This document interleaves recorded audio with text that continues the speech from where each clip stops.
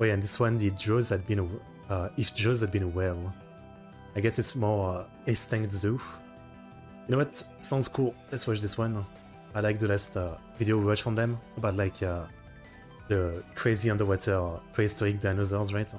So if Jaws had been a whale by ExtinctZoo. I'm sure you've all heard of Jaws, the iconic movie directed by Steven Spielberg in 1975 that terrified an entire generation.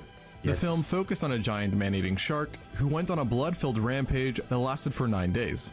Despite popular misconception, the shark wasn't actually named Jaws, rather Bruce. Okay. Yet nevertheless, most still refer to it as Jaws. Sure, yeah. Along with its name, its classification is another area that many get wrong, as it has become somewhat common for people to think of Jaws as being a megalodon or some fictitious kind of shark, when in reality it was based off of a great white, albeit one that was larger than any ever recorded. Yeah. There is no arguing though that a megalodon would definitely have made a more— This movie was crazy to film. I saw a little documentary about it, and yeah, it was like one out of a project. They had so much trouble with it, obviously. Like, they were actually trying to film it in like the open ocean.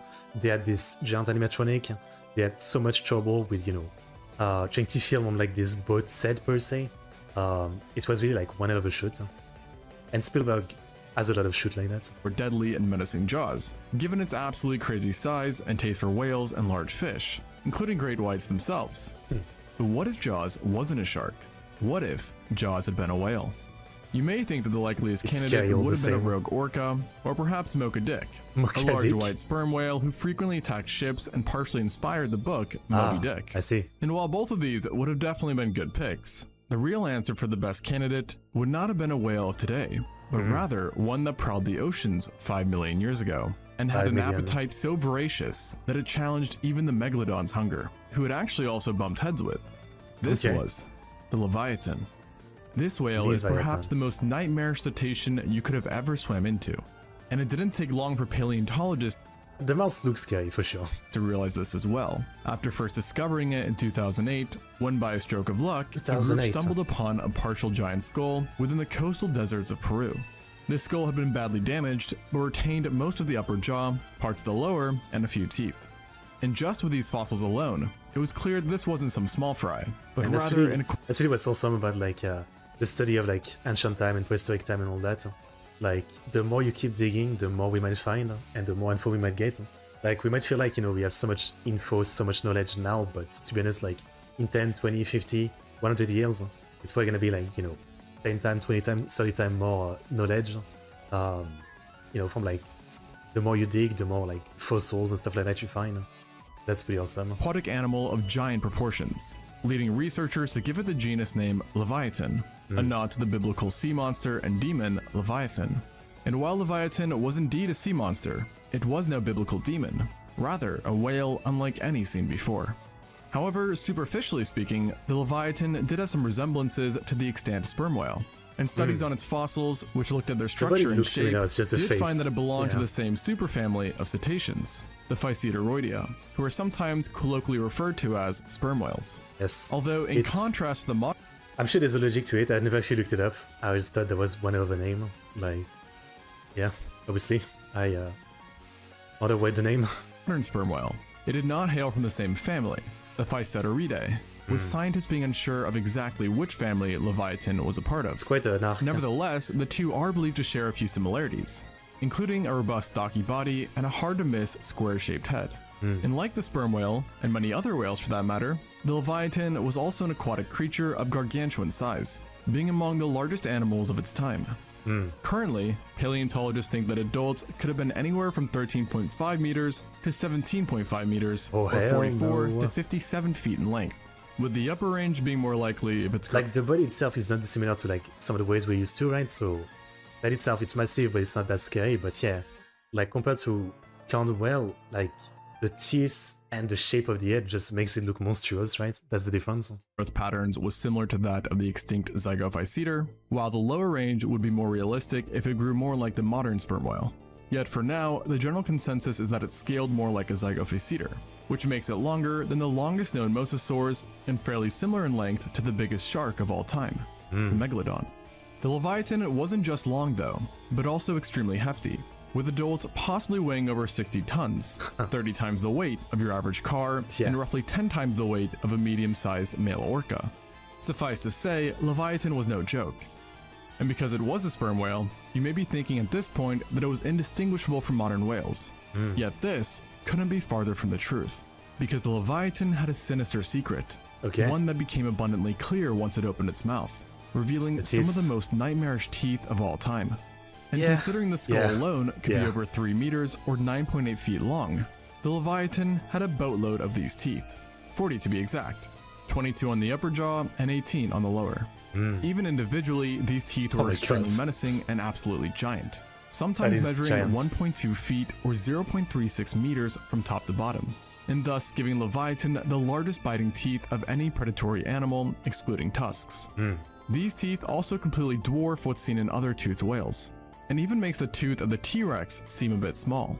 Of course though, when your jaw is in whale form, length alone isn't gonna cut it. What about the strength? And that's why, like its body, Leviathan's teeth were extremely thick too, possessing a width of 4 inches or 10 centimeters at the middle, before tapering off at the top, creating tremendously sharp points that allowed the entirety of the teeth to sink deep within flesh, incurring massive injury. Just like claws, I guess. Such a design lightly suggested that Leviathan was no gentle giant, and led to it being classified as a macroraptorial sperm whale, which is a loosely defined group of now extinct whales that are thought to have been hypercarnivorous creatures that feasted on a wide range of large marine animals, namely marine mammals.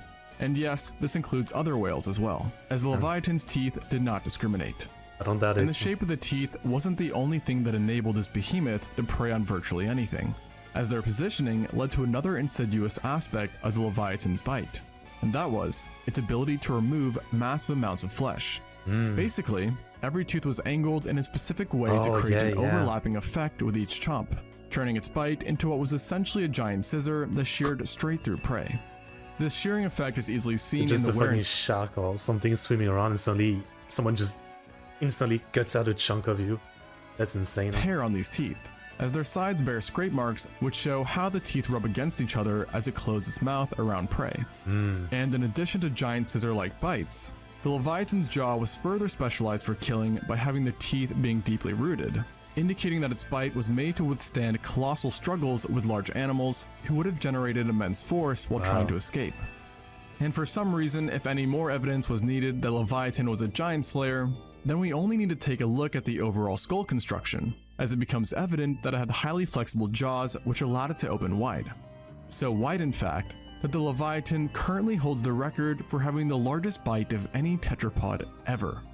And of course, this wide bite was powerful too, which we know because its temporal fossae had a large gap between them, suggesting well-built temporal muscles in life, which are an animal's most powerful muscles between the jaw and skull area, and thus playing a huge role in bite force. Unfortunately though, no one's actually ever done an extensive study on its bite force, but it's not crazy to assume that it chomped harder than smaller close relatives, like the Zygophyseter, another macroraptorial genus, which was less than half the size of the Leviathan, and yet still had a bite force of over 10,000 newtons. With this in mind, it's fair to say that at the very least, Leviathan achieved equal power, giving it enough force to pierce straight through flesh and bone. And many think 10,000 is way too small of a number for this giant predator, and some rough estimates have likened its bite more to that of a T-Rex, who could have literally crushed a car with its bite. With such a deadly jaw, or jaws, and grotesque teeth, the Leviathan hunted a plethora of megafaunal animals within its environment, which along with whales also consisted of a mix of sharks, dolphins, seals, and large fish, giving it somewhat a similar niche to that of an orca, only on a much larger scale, with one group finding that an adult Leviathan could have brought down prey as large as 10 meters or 33 feet, or 11 tons from a weight perspective. This essentially made the Leviathan capable of bringing down any animal in its environment at some given point in said animal's lifetime, with only a very select few outgrowing this size barrier as adults. And once an animal had been taken down, the ferociousness of Leviathan did not stop, as it had a massive appetite that required hundreds and hundreds of pounds of meat per day to simply sustain its stature. So there's no doubt that the Leviathan's size and jaws alone made it one of the most deadly predators of all time. But when you live in prehistoric waters, it's always good to have some backup tools, which is why Leviathan almost certainly had insane echolocation abilities. Like all toothed whales, this beast had a massive supracranial basin, which suggests the presence of a spermaceti organ, aka a series of oil and wax reservoirs separated by connective tissue, that in living sperm whales plays a role in sound generation. This organ would have allowed the Leviathan to do a range of cool things, like detecting animals, communicating with others, and possibly even stunning prey. And given the abnormal size of the Leviathan's basin, its organ was likely unusually big too, resulting in it possibly being able to detect prey up to 14 football fields away, a massive advantage to have in the ocean where water can sometimes be quite murky. Additionally, despite the organ in question being made of wax and oil, which individually is quite soft, the structure overall was flexible yet hard, especially when taking the Leviathan's blubber into account. This surprising durability turned the Leviathan's giant nose into a second weapon, and that is a built-in battering ram that may have been its preferred weapon to start off with when hunting prey. This hypothesis is based on how sperm whales used to sink large whaling ships, which they did not do by biting them, but rather by ramming them, which sometimes led to the loss of ships over 200 tons. Such a weapon in a whale who already had giant thick teeth was a bit overkill, and most likely helped it become a highly successful apex predator, who had a profound impact on marine environments, preying on all those who dwelled near the surface. In fact, considering its size and its insatiable appetite, just one fully grown Leviathan could certainly alter marine communities.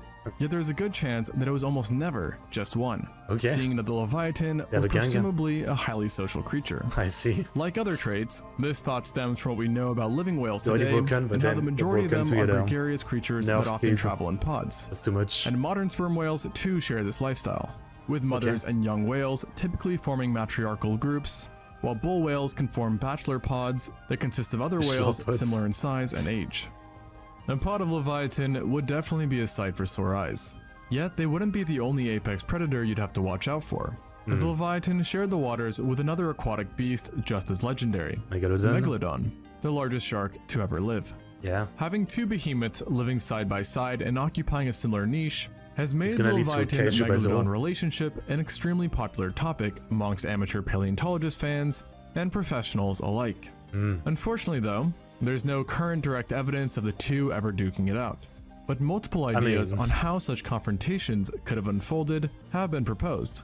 First off, we do know that the Megalodon did have some advantages over Leviathan, namely its size, with some of the Megalodon's largest estimates painting it to have been a few meters or feet longer than the Leviathan, potentially weighing over 100 tons in total. Additionally, Megalodon did have the stronger bite, which has been estimated to be 182,000 newtons, which is far stronger than that of even the T-Rex. With these two advantages, it's likely that large megalodons had no worries and were technically capable of taking down any whale, which they did either by targeting the tails and flippers or by using stealth to stage a massive attack from below. But size and bite alone don't really paint the full picture, as Leviathan, considering its lighter weight, would have been quite a bit more agile, giving individuals a good chance of getting away, especially when considering their impressive sonar capabilities. Also, if we assume that most were living in pods, the tides start to shift, as just three matured Leviathan together outweigh the largest known megalodons. And with multiple Leviathan ramming or chomping down on you, you would no doubt have a terrible time, no matter what type of animal you are. It should also be understood that megalodons on average were not 100 bitch fighting the gang, like 1v1, come on. 1v1, don't be a bitch, come on. It's with a study that examined 544 teeth, suggesting a mean size of 10.5 meters or 34 feet, and thus evening the battlefield that much more. On top of this, we only have limited remains of Leviathan that consisted of a handful of teeth and one skull, so who knows how— in 2008 they said, like, I wonder how many more, like, crazy dinosaurs we just don't know about because, like, the remains haven't been discovered yet. Like, I really wonder how they do it, like archaeologists and all that.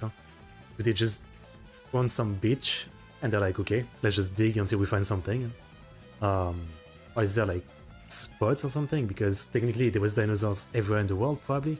Well, not quite in a sense, since, you know, like the continent and all that have changed, like the level of water and stuff like that as well. But even then, you know, in most parts of the world that you would know there would be dino, do you just take some place and start digging? I don't know how much you have to dig. Big the Leviathan could truly get. Whatever the case though, the two were both undoubtedly deadly apex predators, who were capable of dishing out massive damage to each other. And that is why it's likely that a fight between the two did not generally happen, such a human as thing to both want would have been much more eager to find cool things to defenseless fight. prey rather than taking on something that could have severely injured them if things went wrong. In other words, the risk did not justify the reward. Yeah. And we see similar avoidance behavior in predators of today, who typically try to go out of their way to avoid direct confrontation. Albeit there are some exceptions, one example being orcas and great whites. But what's interesting about this case is that orcas seldomly ever attack adult great whites, who are still 3 times smaller than the whale, and typically only target juveniles. This sort of relationship could have also been seen between Megalodon and Leviathan, with the two only really attacking the younger of each species. There is the chance, though. It does make sense. I mean, animals are smart to an extent, yeah, like they will think of animals or dinosaurs, like, you know, they're trying to survive, right? Like, so why attack something almost as big as you, where you might die fighting it? Just go eat something else. Like, I'm sure there's a lot to eat, but you know, it's also possible to imagine that, you know, it might have happened a few times if there was so many of those type of dinosaurs, right? It's really easy to imagine that like some of them didn't follow the rule. Like in nature it happens sometimes, you know, like animals you would think would never fight because it doesn't make sense to them, they do. So, you know, and as humans we love to imagine big things fighting, obviously. Who would win? I mean, that's the most classic thing, so yeah. I like to imagine they fought. That direct confrontations would have occurred over carcasses and territory. Yet in these cases, it's hard to say if a battle would have actually commenced, or if one would have just swam away. What is easy to say, though, is that because the two coexisted for nearly 5 million years, neither must have been too bothered by each other's existence, as they seemingly found a way to thrive individually, and thrive the Leviathan did. Based on confirmed remains, we know that this hypercarnivore managed to establish a sizable domain along parts of the southern hemisphere, being concentrated off of the coast of Peru and Chile. And when including fossils that are most likely from Leviathan but not 100% confirmed, its range suddenly expands up to North America, while also spanning as far east as South Africa and Australia. So it was kind of Within these everywhere. environments, individuals showed a preference for coastal waters and bays, where it would have been surrounded by a wide range of life, of which the most abundant was actually other whales, consisting of pygmy sperm whales, dolphins, baleen whales, giant beaked whales, cetotheres, primitive orcas, porpoises, tusked whales, and other raptorial members like Acrophyseter. Wow, and while it that's definitely amazing. seems to have been a whale-oriented world, there were plenty of other animals lurking around too, including fish of course, penguins, seals, sea turtles, marine crocs, and even an aquatic sloth. Similarly, sharks were doing quite well in this area as well, with one of the more common kinds being our friend the Megalodon. But it wasn't the lone shark to watch out for, as you also had requiem sharks, short-finned makos, broad-toothed makos, cow sharks, sand tiger sharks, and even great whites. Between sharks, crocs, and raptorial whales, the home of the Leviathan was definitely a place you'd want to avoid. And you would have wanted to avoid these waters for quite some time, as Leviathan existed for millions of years, specifically from 9.9 million to 5 million years ago, giving it a range that extended through parts of the Miocene and a small section of the early Pliocene. And because its existence took place mostly during the Miocene, many people have wondered why the Miocene seemed to generate so many giant aquatic carnivores. The answer to this is that it was partially due to the warmer climate that this period experienced. And this warmth also played a role in overall mammal diversification as well, including those seen on land and our very own ancestors. This increase in animal sizes during this period ultimately played a role in the Leviathan's own evolution, as more larger animals meant a hyper-carnivorous giant whale was more feasible. And for some time, at the start of the Pliocene, this giant design was still feasible, yet at some point, the Leviathan vanished. Like many animals of the time, it's thought that a cooling world was the main culprit, but it wasn't a simple case of the waters being too cold for the Leviathan.